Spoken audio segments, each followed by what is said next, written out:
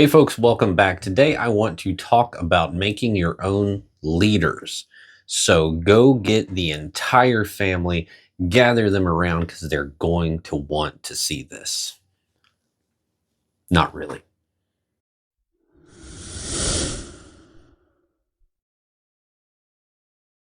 Indeedy, I have used twisted monofilament leaders now pretty much exclusively for quite some time. They are cheap to make. Once you get used to making them, they're pretty easy to make, and I really like the way that they perform. So I want to give you some foundation here, and then you can experiment for yourself. So this can really be in any kind of line thing. I tend to use fluorocarbon line. I most often use 8-pound test. I occasionally use 6-pound, and I occasionally use 10-pound. On average, I use 8-pound test fluorocarbon more than anything.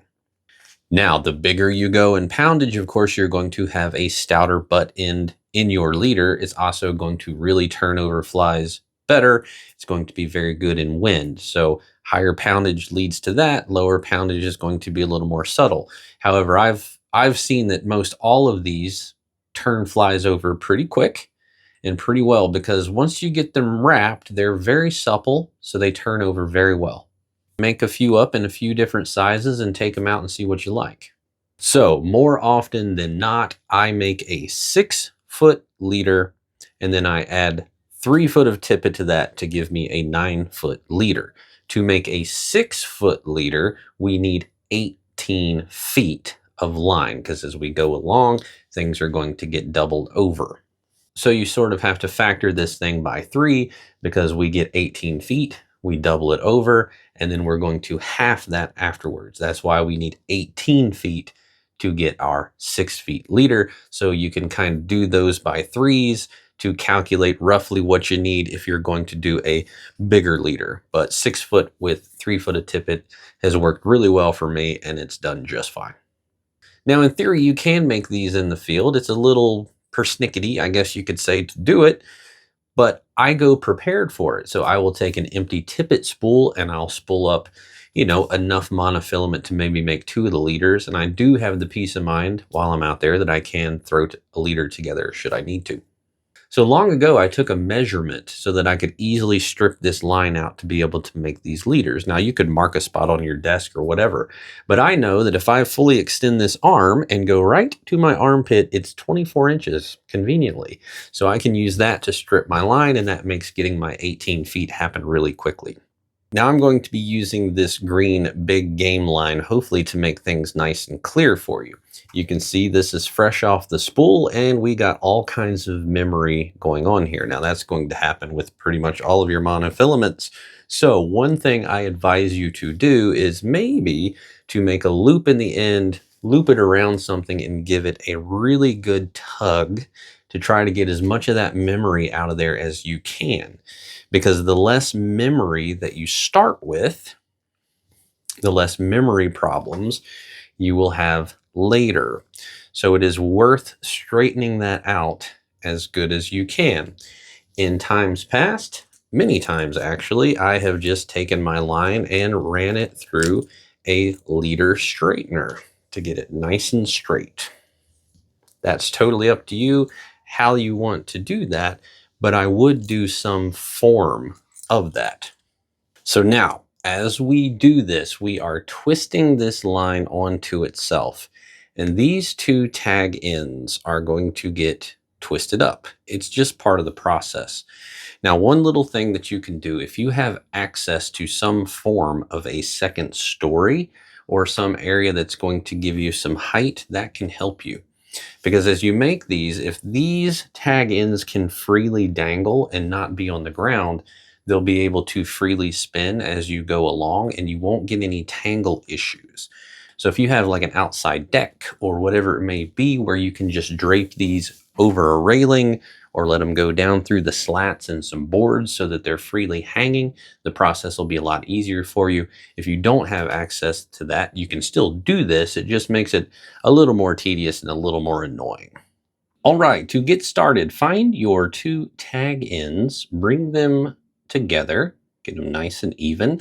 And now let's just trace our way back until we find the center of our line. So just keep going until you get to the center loop, which for me is right there. So to start this process, we're going to go ahead and make sure that these lines are crossed over one another. Okay, if you can see that, one end going over the other. Now this end, I'm going to make sure it stays over here in the direction that it's going. This end, I'm going to make sure it goes over in this direction so that they are separate and not touching, because they can very easily tangle into each other. So keep them well separate if you can. If you are someone who likes to use tippet rings or micro barrel swivels or anything like that, this is where you would want that to be. This is going to be our tippet side. So you would install that in the beginning and run it to this center point, and you should have it right here. We're going to progress without that, but if that's what you want, you need to have it on there now. Now from here, we're going to actually start twisting this. So we are going to use our fingers to pinch, twist, and slightly pull. All right, it's kind of like you're twisting a Q-tip or something. So we just twist it, and it takes just a couple to get it kind of going, and there we go, it's starting. Okay, you can see that's twisting around on itself with nice, tight, touching twists. And you would just take your time with this, just doing this process all the way down till you get to your tag ends. So with this hand, with my left, I'm just applying a little bit of pressure here, barely pinching it, and just using that to make sure that these two strands stay separate. All right. And then as we go along, I'm just kind of readjusting my tag ends, and then I will pinch and pull, pinch and pull all the way down. And once you get it started, this is what it naturally wants to do. So don't worry, something really crazy would have to happen for you to lose the progress that you have. And as long as you keep pinching here, you can come in and sort of adjust your tag ends. Now down here, you can see this is the back side of one of my tag ends. This is what happens. We're creating a lot of twist here. So that twist is going to translate all the way down the line. So when you have that, just remain pinching up here and just do what you have to do to straighten out these tag ends.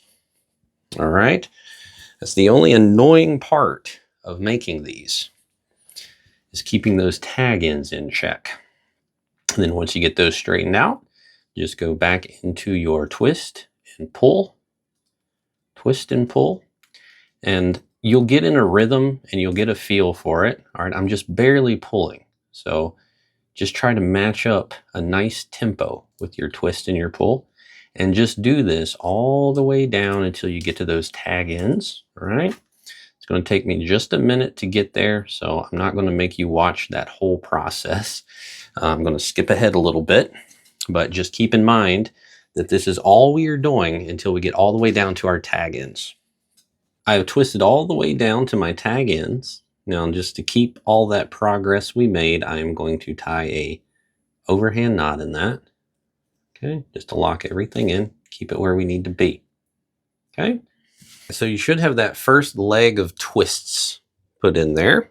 So we have one end that has our loop. That end is our tippet side. So this side is essentially done. This is complete. Now you have to decide what kind of taper you want on your leader. I generally do 50-50, which means I double this over to the halfway point. So 50% of it is my doubled over and 50% of it is this original strand. You can experiment with that. If you do more of a 60-40, that leader is going to have a lot more turnover. It's going to turn over bigger flies easier. It's going to handle wind a little bit easier. You can do less of a taper, more of a taper. That's the area where you can experiment. For me and most of the fly rods I have, they all agree with the 50-50. So if you're doing 50-50, what you have here, you just want to find the center point of this line and fold the end, okay, with the granny knot in over to that center point. So once you find the center point of your line. So for me, it's right here. I'm going to take that little granny knot, place it right at my center point, pinch it there, trace my way back to the end of that loop, and now we start the process again. So it's going to be the same thing of crossing it over and twisting it just like we did before. And so now that we're starting to get those two lines together, you can see that very nice. Hopefully that's focusing for you. You can see that really nice, pretty little furled braid. This isn't technically a furled leader, but we're kind of using the furling process. So it's the same thing we did at the start. We're just twisting, slightly pulling, letting those lines wrap together. And we're just going to go all the way down to where our granny knot is. So for me, I'm coming up on it. There it is. Okay. So now just behind our little granny knot there, what we are going to do is we are going to tie a surgeon's knot in there, okay, which is nothing more than an overhand knot that we go through twice. Okay, it's just an overhand knot, and you go through that knot twice. And I'm going to bring that down to where it's right at my little granny knot end. And then we're going to cinch that down nice and tight and get it set. And then you would come in, trim off those tag ends, and you're done. There's your leader. So we have our heavy butt end, okay, going down, transitioning into our other side of the taper. All right, so now up on the heavy end, of course, that's where we're going to attach to our fly line. That original end is where we're going to attach to our tippet. So it's just like a normal leader. Now I made this out of 25-pound test line so that hopefully it would be nice and visible for you. And you can see even this heavy line, it's so soft and it's so supple. These things have wonderful turnover. If you're not used to them, you might have to get used to that a little bit, because over the course of using them a lot, I've adjusted my cast just a little bit if I'm using dries. Still works. It can just really rock at those dries. So I've made some adjustments, and since I've done that, I really have gotten so used to that turnover that I don't like to use anything else. So the only thing on these is you do have that pretty substantial knot there in the center. Now, I do not think that this knot in any way influences the fish. I just don't think that it does. The only area that this knot has ever gotten on my nerves is if I'm fishing in grassy environments, or perhaps in the fall if you have a lot of leaves on the water. This knot can pick up some hitchhikers. That's it. But it's not enough that it's ever dissuaded me from continuing to use these leaders. So with this system, that is the only thing for me that's ever just gotten on my nerves ever so slightly. So to store these, I just wrap them around my fingers like so, starting with the butt end, taking it down, leaving myself a little tag end here. And that tag end, we're going to do just like the leaders that you buy from the store. We're going to just take it, wrap it around to lash everything together.